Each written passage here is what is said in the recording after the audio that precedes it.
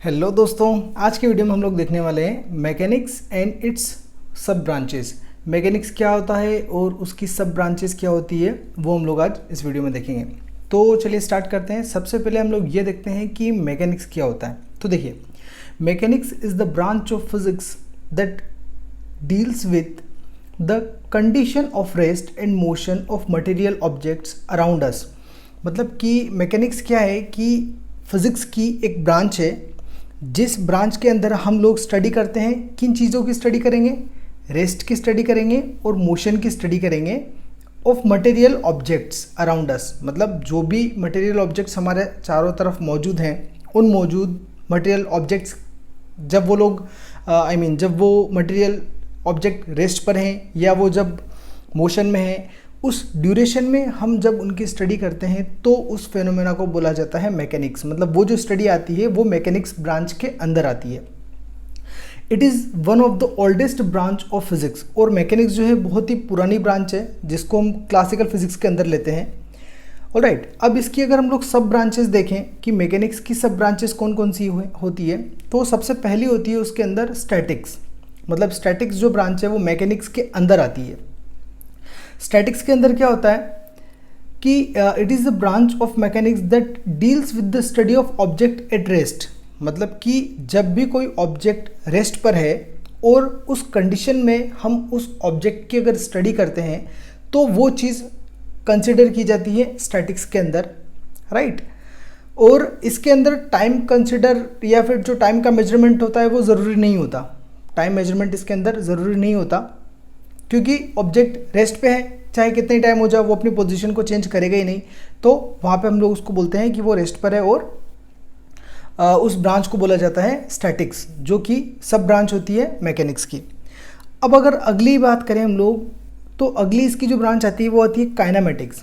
देखिए, काइनेमेटिक्स क्या होता है? It is the branch of mechanics that deals with the study of motion of objects without considering the cause of motion. मतलब कि इसमें आपको ये चीज़ समझनी काफ़ी ज़्यादा ज़रूरी है कि हम लोग स्टडी करेंगे, किसकी स्टडी करेंगे इस ब्रांच के अंदर? मोशन की स्टडी करेंगे।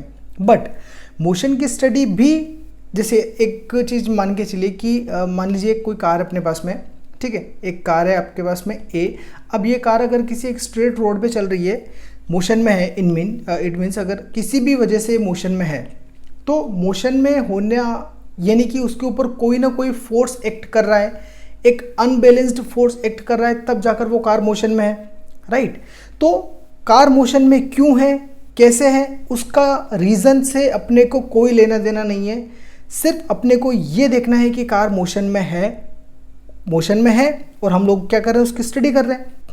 वो मोशन कैसे हुआ, क्यों हुआ, उसके कारण से हमको कोई लेना देना नहीं होता है। काइनेमेटिक्स वो वाली ब्रांच होती है जिसके अंदर बाकी जो फोर्सेस हैं उनसे हमको कोई मतलब नहीं होता, बस कार मोशन में है और हम उसकी स्टडी जब करते हैं तो उस ब्रांच को हम बोलते हैं काइनेमेटिक्स।